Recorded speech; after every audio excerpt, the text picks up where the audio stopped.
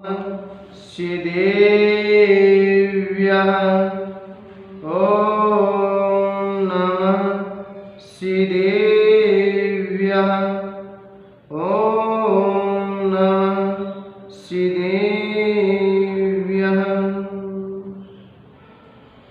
निर्विकारी हुए वस्त्र अंबर किए छोड़कर राग को जो दिगंबर हुए हे विराग गुरु दो मुझे अवसरण हे विराग गुरु दो मुझे अवकिरण है नमन दे शरण दो समाधि मरण आपके द्वै चरण में विनम्र नमन आपके द्वै चरण में विनम्र नमन।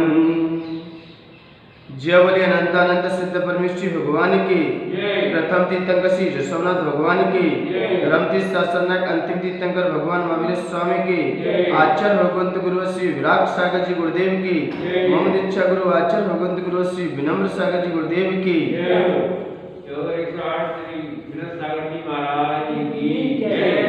आज पूज्य आचार्य भगवंत विराग सागर जी गुरुदेव जिनका आज 29वां आचार्य पदारोहण दिवस जो कि पूरा विश्व आज मनाने के लिए उत्साहित है, जहां जहां पूज्य गुरुदेव ने अपने पग रखे हैं वहां का जन समूह आज उनका वह आचार्य पद जो कि एक जिम्मेदारी का पद हुआ करता है, आज सभी जनसमूह अपने अपने क्षेत्र में मना रहे हैं। हमारी मथुरा दिगंबर जैन समाज का ही बड़ा सौभाग्य है कि इनको भी पूज्य आचार्य श्री का आज पदारोहण दिवस मनाने का इन्हें अवसर प्राप्त हुआ है। और पूज्य गुरुदेव के बारे में आज जितना बोला जाए उतना ही कम है, क्योंकि आचार्य भगवंत कुंद कुंद स्वामी ने भी मूलाचार्य के अंदर एक अपनी कारिका लिखी है। भक्ति जिंद वर्णम खियदि जंपो बसचिय कमम आर्य बसायेणया विद्यामंतयसे जंती। आचार्य कुंद कुंद स्वामी मूलाचार्य के अंदर अपनी बात रख रहे हैं। उनका कहने का अभिप्राय है कि जिनेंद्र भगवान की भक्ति करने से व्यक्ति के कई जन्मों के पाप एक क्षण में क्षय को प्राप्त हो जाते हैं। प्रभु की भक्ति करने से, अरिहंतों की भक्ति करने से, तीर्थंकरों की भक्ति करने से व्यक्तियों के कर्मों का क्षय होता है। ऐसा आचार्य मान तुम गुरुदेव ने भी भक्तांबर स्तोत्र में 7वें श्लोक में भी कहा है कि व्यक्ति के कई जन्मों के लगे हुए पाप आपकी भक्ति करने से क्षण में ही क्षय को प्राप्त हो जाते हैं। जिस प्रकार रात्रि का व्याप्त अंधेरा सूर्य की एक किरण से ही छिन्न भिन्न हो जाता है। और दूसरी बात कही तो ठीक है, फिर आचार्यों की भक्ति करने से क्या होता है? आचार्यों की भक्ति करने से क्या होता है? तो आचार्यों की भक्ति करने से आचार्य कुंद कुंद स्वामी खुद इसी कार्यक्रम में कह रहे हैं, आर्य पसायेण, आचार्यों की भक्ति करने से विद्याओं की, मंत्र मंत्र की सिद्धि की प्राप्ति होती है। आचार्यों की भक्ति करने से, आचार्यों के प्रसाद से मंत्र तंत्र आदि विद्याओं की सिद्धि हो जाया करती है। पुष्पदंत भूतबली थे जिन्होंने आचार्य पर आचार्यों ने जिन्हें मंत्र दिया, उन मंत्र की साधना से उन्हें कई प्रकार की सिद्धियां प्राप्त हुई। और भी उदाहरण मिलते हैं शास्त्रों में। चंद्रगुप्त मौर्य ने आचार्य की भक्ति की, उस भक्ति के प्रभाव से देवों ने आके उस जंगल में भी नगर बसा दिया। और भी उदाहरण मिलते हैं गुरुओं की भक्ति करने से, गुरुओं के प्रसाद से एकलव्य ने द्रोणाचार्य को साक्षी मानकर उन्हें मिट्टी का बनाकर उनके सामने कई विद्याओं की सिद्धि कर ली। वो विद्याएं अर्जुन ने पास में रहकर प्राप्त नहीं कर पाई, लेकिन एकलव्य ने जंगल में जाकर उस धनुर्विद्या को भी सीख लिया। गुरुओं के प्रसाद से क्या नहीं होता, गुरुओं के प्रसाद से मंत्र तंत्र आदि कई प्रकार की सिद्धियां प्राप्त हो जाती है। इसलिए मान्यवर आज आचार्य भगवंत विराट जी गुरुदेव, जो कि आज बड़े ही सर्वोच्च आचार्य हैं, सर्वोत्कृष्ट आचार्य पद पर आसीन है, जो कि इस पंचम काल का सबसे बड़ा श्रेष्ठ पद है। क्योंकि अब अरिहंत है नहीं और सिद्ध है नहीं, लेकिन अब अरिहंत और सिद्ध की प्रतिमूर्ति का दर्शन करना है तो पूज्य आचार्य भगवंत गुरुश्री विराट सागर जी गुरुदेव को देख लीजिए। वही तीर्थंकर की छवि, वही अरिहंतों की छवि। जब वो प्रवचन सभा में बैठते हैं तो ऐसा लगता है मानो तीर्थंकर की दिव्य वाणी खिल रही हो। और जिनकी चर्या में आचार्य कुंद कुंद स्वामी का मूलाचार झलकता है, जिनके सिद्धांत, जिनकी तर्क शक्ति और जिनका सिद्धांत नेमिचंद आचार्य भगवंत का दिग्दर्शन करा दिया करता है, और जिनकी तार्किक शक्ति आचार्य भगवंत समर्थ बुद्ध स्वामी का दर्शन करा दिया करती है, और जिनकी प्रज्ञा याद करने की क्षमता आचार्य अकलंक देव को याद करा दिया करती है। कई आचार्यों की मूर्ति पूज्य आचार्य गुरुदेव के अंदर विराजमान है, और उनकी श्रवण शक्ति, उनकी खुद निजी विभूति से विभूषित जो गुरु आज्ञा में रहने वाले शिष्य, यदि देखा जाए गुरु भक्ति आचार्य विमल सागर जी गुरुदेव और आचार्य सन्मत सागर जी गुरुदेव की प्रति उनकी वह श्रद्धा, वह समर्पण, वह भक्ति शायद इतने बड़े पद पर आसीन होकर के भी आज गुरु भक्ति उनके अंदर वह टूट फूट के भरी पड़ी है। ऐसे पूज्य गुरुदेव जो कि गुरु आज्ञा में और अनुशासन, स्वयं अनुशासित रहते हैं और अपने शिष्यों को भी अनुशासित रखते हैं। स्वयं किस समय हमें कौन सी क्रिया करनी है, कौन सी क्रिया नहीं करनी है, इस सारी क्रियाओं को वह अच्छे से ध्यान रखते हैं और शिष्यों से भी उसी अनुशासित में रखते हैं। और उनकी धीरता, कितने भी उपसर्ग आ जाए उनके सामने, लेकिन कभी उन्होंने अपने धैर्य को नहीं छोड़ा, वे अपने कभी पद से चलायमान नहीं हुए। पूज्य गुरुदेव को जब क्षुल्लक अवस्था में एक तपेदिक बीमारी हो गई, क्या तपेदिक की बीमारी हो गई, तो कई विद्वानों ने, कई आचार्यों ने, कई मुनि महाराजों ने सलाह दी कि हे गुरुदेव, अभी तो आपकी बहुत छोटी उम्र है। 1980 में क्षुल्लक दीक्षा हुई, कुछ समय के उपरांत उनके तपेदिक बीमारी हो गई। तो वो बीमारी ने इतना ग्रसित कर लिया कि उन्होंने अपने अंदर जीने की भी आस छोड़ दी। लेकिन डॉक्टर वैद्यों ने कहा कि आप अंग्रेजी दवाइयों का इस्तेमाल कीजिए तो आप शीघ्रता से आपको स्वास्थ्य लाभ हो सकता है। तो गुरुदेव ने कहा मेरा तो इंग्लिश दवाई का त्याग है, मेरा तो इंग्लिश दवाइयों का त्याग है। यदि ठीक ही करना है तो आप औषधि दीजिए, जड़ी बूटियों के माध्यम से आप मुझे ठीक करने की क्षमता रखते हो तो रखिए, लेकिन मैं इंग्लिश दवाइयों को कभी अंगीकार नहीं करूंगा।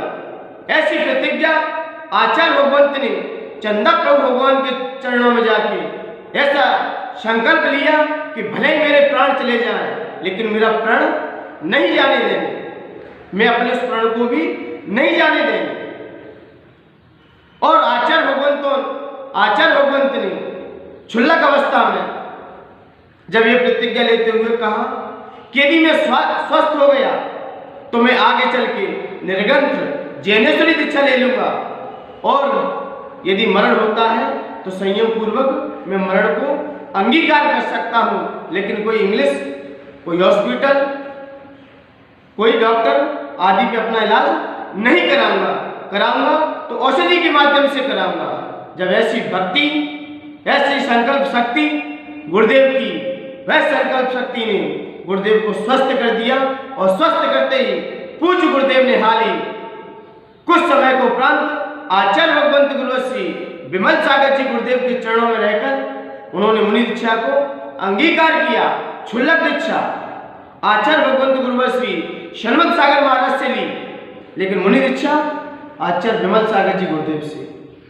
और उस मुनि दीक्षा से कई सभाओं को संबोधित किया, जगह जगह जाकर धर्म प्रभावना की। उसी के माध्यम से फिर जब योग्यता के अनुसार योग्यता उनके अंदर जानते हुए, और योग्यता को सबने देखा, और सारे विद्वानों ने और सारे आचार्य परमेष्ठियों ने उन्हें जब इतना योग्य समझा, इतना योग्य जानकर उन्हें आचार्य पद पर विभूषित किया, और आज आचार्य श्री को आचार्य पद लिए 29वां आचार्य पदारोहण दिवस हम सबको मनाने का ये सौभाग्य प्राप्त हुआ है। और पूज्य गुरुदेव के बारे में जितना भी कहा जाए उतना कम है, क्योंकि पूज्य गुरुदेव की वह शक्ति, वह भक्ति आज हमें हर पल याद दिलाती है।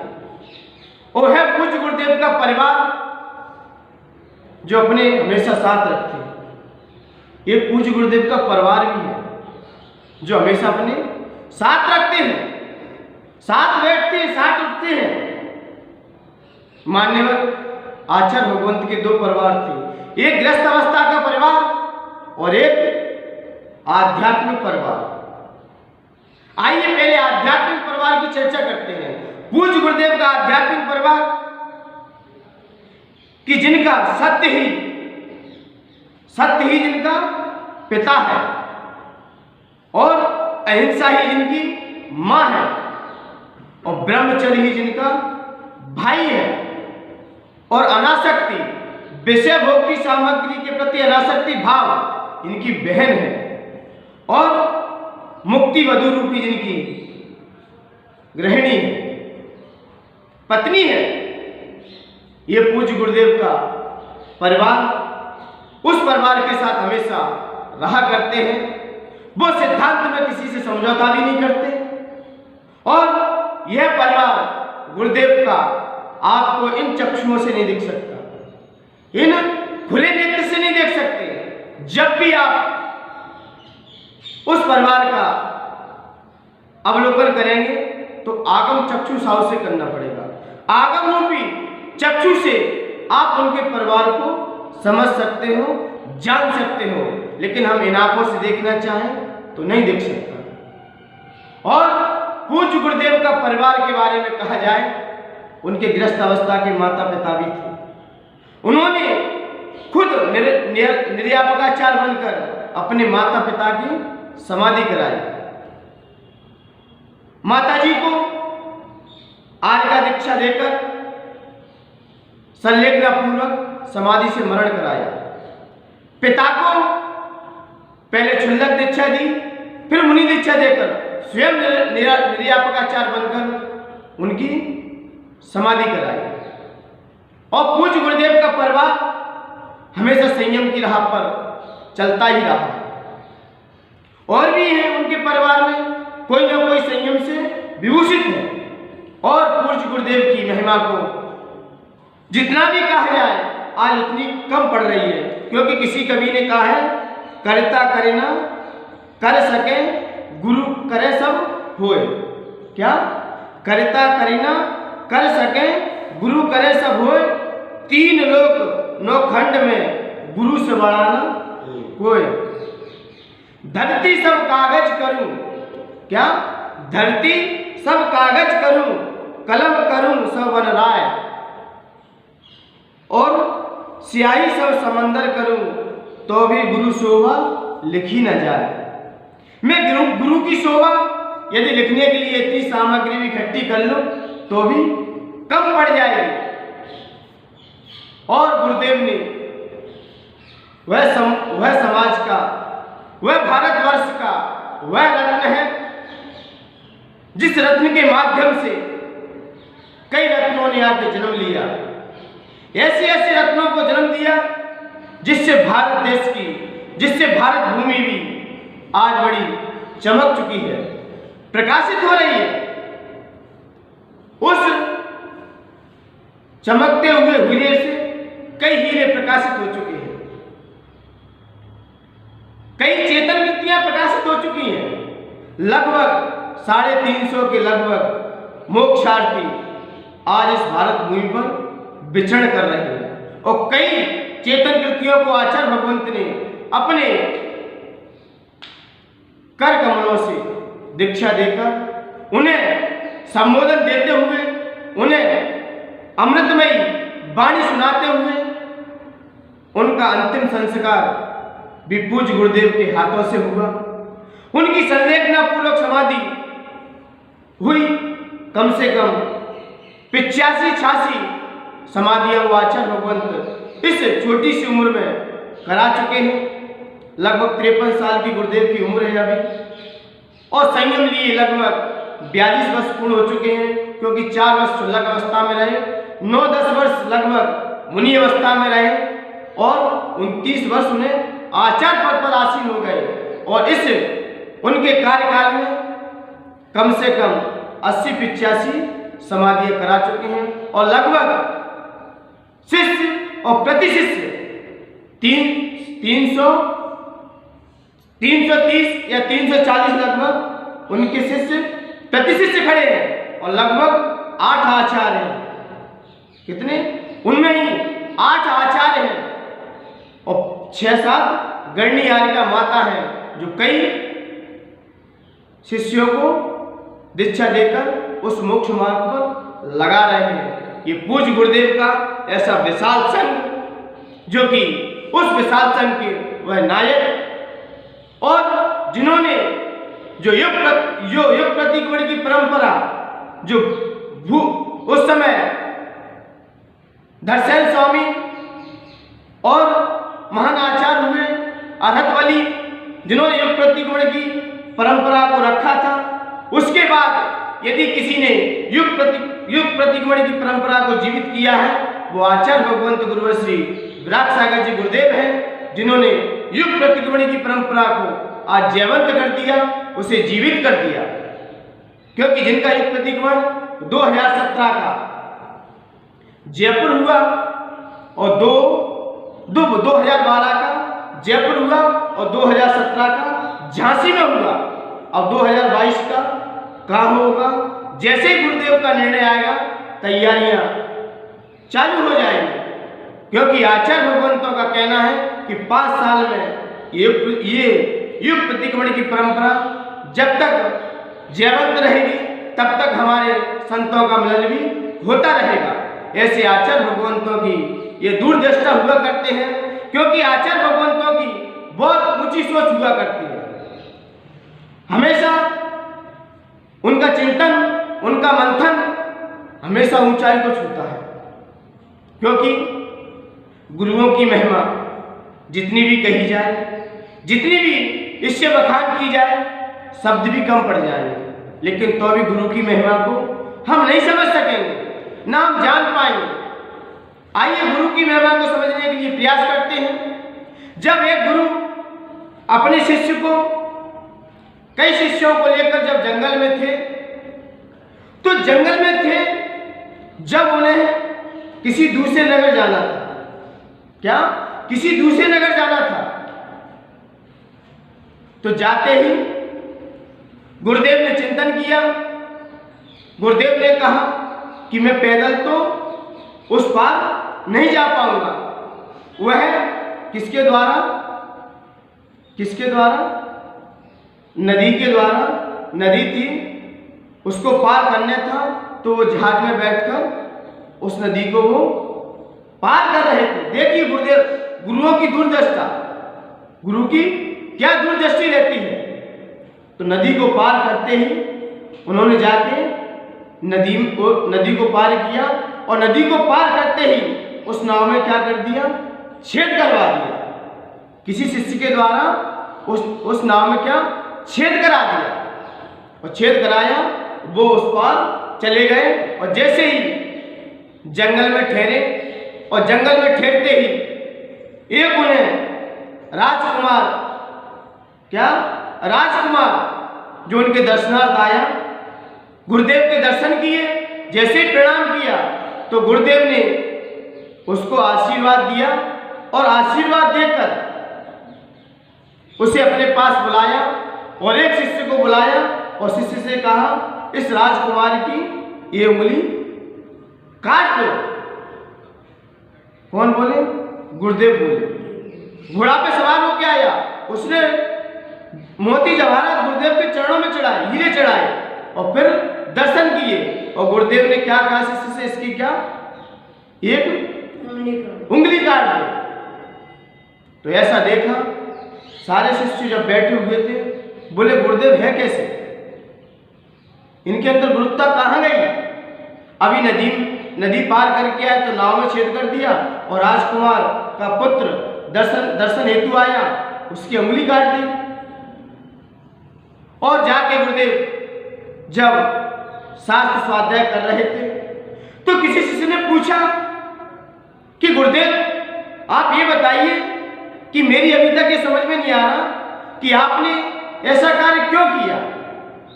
तब गुरुदेव ने उन शिष्यों को समझाया, बोले कि उस नाव में मैंने इसलिए छेद किया, मैंने उसलिए उसमें छेद करवाया, क्योंकि यदि मैं उसमें छेद नहीं करता तो ये नाव से बैठकर नाव उस पार जाती, उस पार भीलों का प्रकोप था। क्या था? भीलों का प्रकोप था। और इस नाव में यदि भील बैठ के आते तो पूरे संघ पर क्या उपद्रव कर सकते, कोई उपसर्ग नया खड़ा कर देते। इसलिए मैंने क्या नाव में छेद किया है। फिर आपने राजकुमार के पुत्र की राजकुमार की उंगली क्यों काटी? बोला कि इसी जंगल में एक कोई मंत्र तंत्रवादी लोग खड़े हुए हैं, वो किसी की बलि देने के चक्कर में घूम रहे हैं। कोई पुत्र मिले मैं उसकी बलि दे दूं, और उंगली जिसकी कट जाती है उसकी बलि नहीं लगती है। तो इसलिए मेरा ये देता। तब उन्हें शिष्यों को समझ में आया, वास्तव में गुरु बहुत दूरदृष्टा रहा करते हैं, बहुत ऊंची सोच रखते हैं। उस ऊंची सोच को शिष्य समझ नहीं पाते, क्योंकि गुरु बाहर से भले ही शिष्य को ठोकते रहते हैं, लेकिन अंदर से वो हाथ रखे रहते हैं। जैसे कुम्भकार घड़ा बनाता है, तो घड़ा बनाता है तो क्या करता है, अंदर हाथ डाल लेता है, बाहर ठुकाई करता है। तो ऐसे ही गुरुदेव की राह ये हुआ करती है, गुरुदेवों की सोच, महापुरुषों की सोच इसी प्रकार हुआ करती। इसलिए मान्यवर ये गुरुओं की दृष्टि को हर कोई नहीं समझ पाता। जो शिष्य समझदार लोग हुआ करते हैं, जो तीक्ष्ण बुद्धि रखते हैं, वही गुरुओं के अभिप्राय को समझ सकते हैं, हर कोई नहीं समझ सकता। ऐसे ही हमारे आज पूज्य गुरुदेव है, जिनकी दृष्टि हमेशा ऊंची रहा करती है, बहुत उत्कृष्ट रहा करती है। आज ऐसे आचार्य भगवंतों का आज 29वां आचार्य पधारोहण दिवस है, और मैं गुरुदेव के बारे में थोड़ा सा और परिचय डालना चाहता हूं, जिन्होंने चेतन कृति के माध्यम से जिन शासन की धर्म ध्वजा को आगे बढ़ाया, उसके तदुपरांत आचार्य भगवंत ने अचेतन कृतियों को भी जन्म दिया है। आचार्य कुंद स्वामी की वासवण प्रेक्षा, जिस पे सर्वोदय टीका लिखकर एक समाज के लिए एक नई कृति उपलब्ध कराई। उसके बाद आचार्य कुंद स्वामी द्वारा रहनसार, जिस पर 2 भाग से भूषित किया, उसका नाम दिया रत्नात्रय वदनी टीका। कई पुस्तकों का आचार्य भगवंतों ने लेखन किया है, कई पुस्तकों पे आचार्य भगवंत की कलम चल चुकी है और अभी भी चल रही है। समुच्चय शास्त्र, कई प्रकार की उनकी कृतियां आज हमारे बीच उपलब्ध हैं, जो कृतियां मोक्ष मार्ग में सहायक हैं, मोक्ष मार्ग में हेतु हैं। इसलिए माननीय पूज्य गुरुदेव ने चेतन और अचेतन कृति देकर इस भारत भूमि को बड़ा ही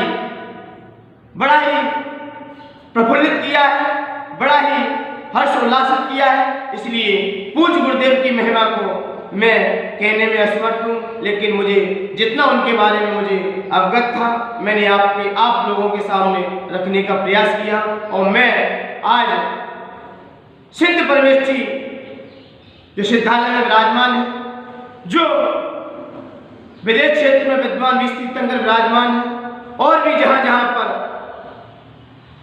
अनंत परमेश जी विराजमान है, मैं उनके चरणों में यही प्रार्थना करता हूँ कि ऐसे महापुरुष जो कि युग प्रवर्तक हैं, ऐसे युग प्रवर्तक का मैं आपके समान उनको देखना चाहता हूँ। और मैं आपसे यही प्रार्थना करता हूँ कि आगामी भव में ऐसे महापुरुष का अवतार हो तो तीर्थंकर पर्याय के रूप में हो, और तीर्थंकर पर्याय के रूप में इस भारत भूमि को, इस भूमि को पवित्र और पावन करते हुए कई जीवों का फिर से कल्याण करें। और उसी में मैं यही भावना बनाना चाहता हूँ, मैं भी उसी समोषण में बैठकर अपनी विशुद्धि को बढ़ाते हुए आप अपने मोक्ष मार्ग को प्रशस्त कर सकूं। बस मैं पूज्य गुरुदेव का जो भी आचार्य पद पर आसीन है, आगामी भाव में जो तीर्थंकर पद पर आसीन हो, और उस तीर्थंकर पद को विभूषित करते हुए अपने लक्ष्य को प्राप्त करें। उनके चरणों में मैं यहीं से सिद्ध और शुद्ध और आचार भक्ति पूर्वक त्रिकाल नमोस्तु करता हूँ। नमोस्तु आचार्य श्री, नमोस्तु आचार्य श्री। जय बोले आचार्य भगवंत गुरु श्री वृक्ष जी गुरुदेव की।